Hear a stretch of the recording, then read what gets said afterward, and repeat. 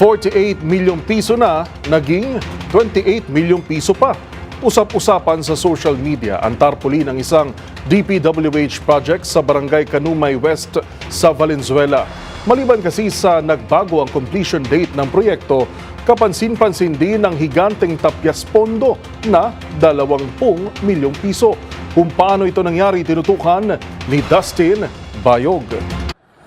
Viral ngayon sa social media ang larawan ng rehabilitation project para sa kalsada at drainage ng Kaypandad Street sa Barangay Canumay West ng Valenzuela City. Mula kasi sa unang larawan, nagkakalaga ng 48 million pesos ang naturang proyekto na inaasang matatapos sa November 15 ngayon taon. Pero naiba ito sa panibagong larawan dahil mula sa 48 million pesos ay naging 28 million pesos na lamang ito o katumbas ng halos 20 million pesos ang tapyas at naiba na rin ang completion date ito sa Pebrero ng susunod na taon.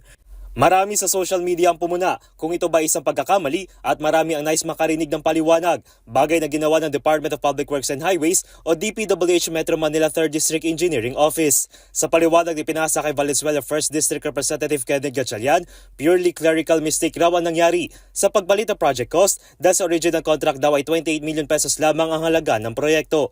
Bukod sa halaga at petsa ng pagtatapos, tiniyak naman ito na tama na ang lahat ng nakalagay na detalye sa naturang billboard. Samantala para naman kay Gatchalian, hindi nito tanggap ang kanilang paliwanag kung kaya magsasagawa pa raw ito ng investigasyon.